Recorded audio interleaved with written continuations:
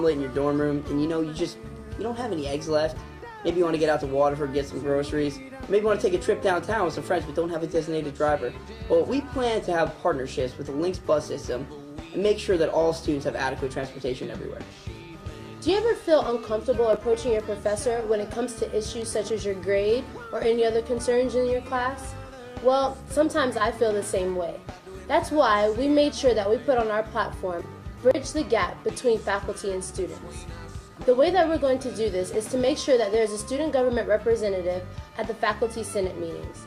This is necessary to make sure that the student's view is represented at these meetings and make sure that faculty understand that not only are we concerned about our grades, but we're also concerned about representing UCF.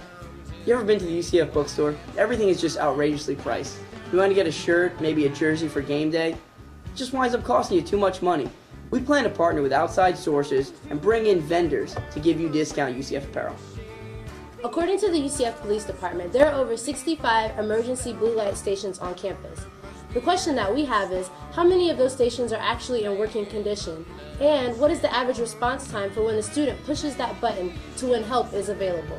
We are dedicated to securing funds for the monitoring and maintenance of these stations that will help to create and foster a safer environment for UCF students.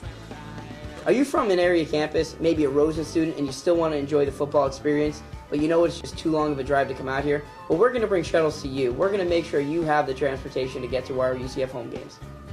With the new restructuring of the Multicultural Student Center, this is going to be a very hard time for student organizations that are trying to plan diversity education and awareness for all students. We want you to know that we will be there throughout this process. We will serve on the committees and we will monitor the new restructuring to make sure that diversity education and awareness is available for all. You ever have a UCF police officer drive by your car and the first thing you do when you leave is make sure you don't have a ticket? Well, Brandy and I plan to meet up with the UCF Police Department to ensure the rights of UCF students. Next year at tailgating, these officers are going to be a huge part of tailgating, and we are the people that are going to make sure everyone's having a good time. How does it make you feel that the Office of Diversity Initiatives is a trailer in the back of Classroom Building 1? Well, that doesn't work for me.